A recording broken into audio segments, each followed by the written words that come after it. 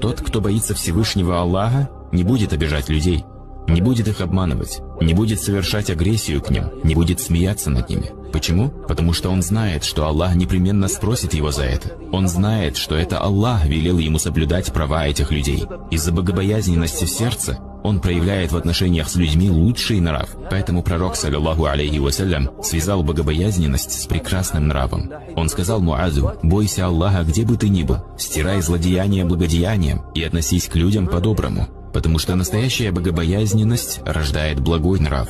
И если какой-то человек имеет скверный нрав, плохо относится к людям, попирает их права, то у него проблемы с иманом.